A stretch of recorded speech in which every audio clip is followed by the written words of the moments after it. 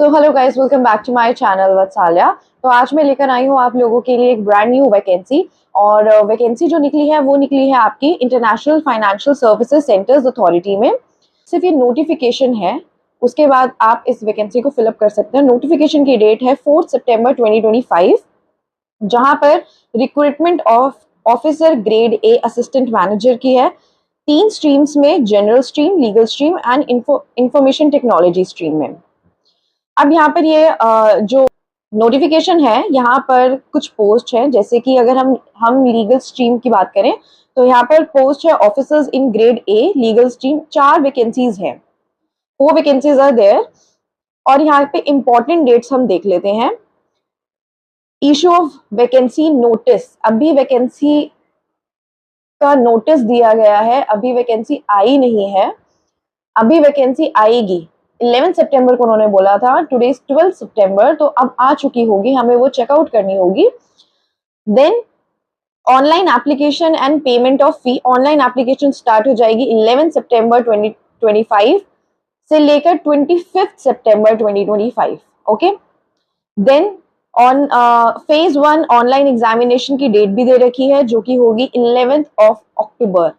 11/10 को सैटरडे को आपकी होगी फेज 1 ऑनलाइन एग्जामिनेशन।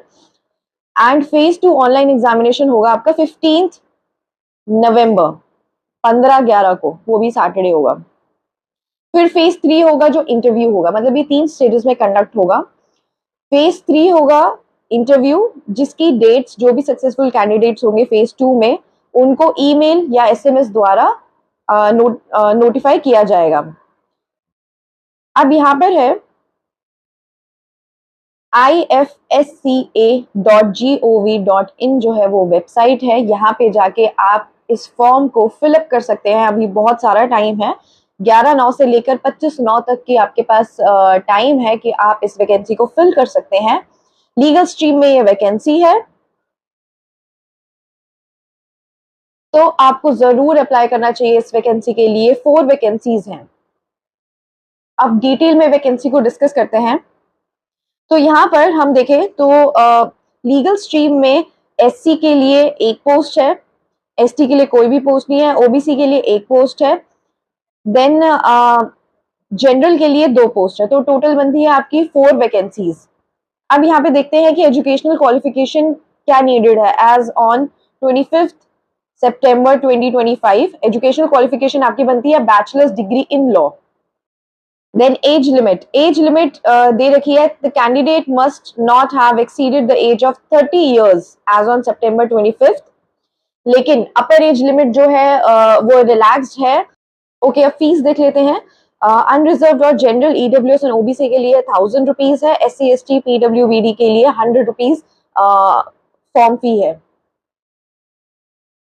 उसके बाद जो डिटेल सिलेबस है वो सिलेबस दिया हुआ है लास्ट एनेक्जर में।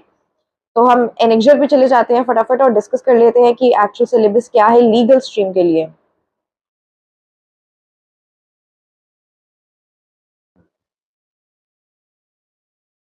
ओके,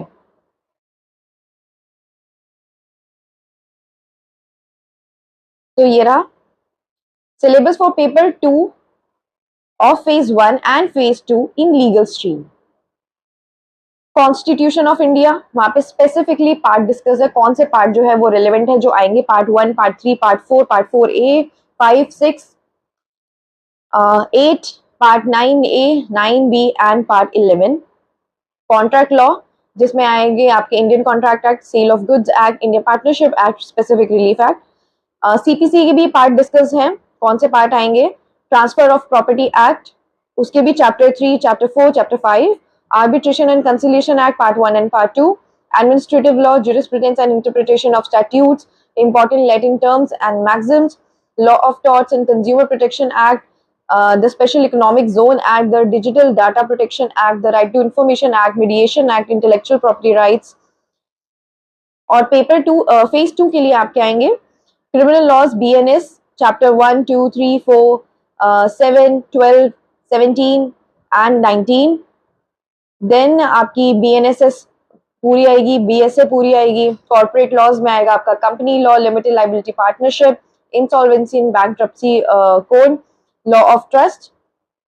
देन आपके आएंगे IFSCA and the following act, the reserve bank of India, insurance act, banking regulation act, securities contract regulation act, the Deposit Insurance and Credit Guarantee Corporation Act, the Security and Exchange Board of India Act, the Depositories Act, Insurance Regulatory and Development Authority Act, Foreign Exchange Management Act, Credit Information Companies Regulation Act, the Payment and Settlement System Act, Pension Fund Regulatory and Development Authority Act, the Factoring Regulation Act 2011। Then आपके ये सारे subjects हैं। Last होगा आपका interview. अच्छा, इसमें English writing skills भी आएंगी, जो भी आपका comprehension and essay writing, प्रेसी writing, ये सारे आएंगे। तो ये था आपका डिटेल सिलेबस जो आपके इस वैकेंसी में आएगा।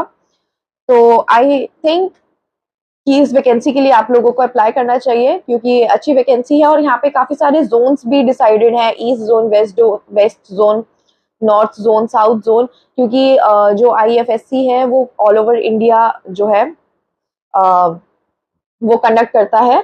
देन ये हो गया आपका। फिर आप यहाँ पे जोन्स भी चेक कर लोगे कि आप कौन से जोन में फॉल करते हो, क्योंकि वहाँ पे आपको मेंशन करना होगा जब आप फॉर्म भरेंगे, तो उस हिसाब से सेंटर्स मिलेंगे और हो सकता है उस हिसाब से पोस्टिंग भी मिले। उसके बाद जो यहाँ पे पे स्केल है, पे स्केल बहुत अच्छा है। 1 लाख प्लस तक सैलरी इसमें दिखाई गई है। तो आप लोगों को जरूर इस वैकेंसी के लिए अप्लाई करना चाहिए। असिस्टेंट मैनेजर की वैकेंसी है और ऑल ओवर इंडिया कहीं पे भी पोस्टिंग हो सकती है। तो अभी काफी सारे दिन बचे हैं, तो जितना जल्दी हो सकता है आप इस पोस्ट के लिए अप्लाई करें। Thank you so much for watching. और ऐसे ही बिल्कुल ब्रांड न्यू वैकेंसी के लिए हमारे चैनल को फॉलो करें, subscribe to my channel Vatsalya, and do like and share this video. Thank you so much for watching.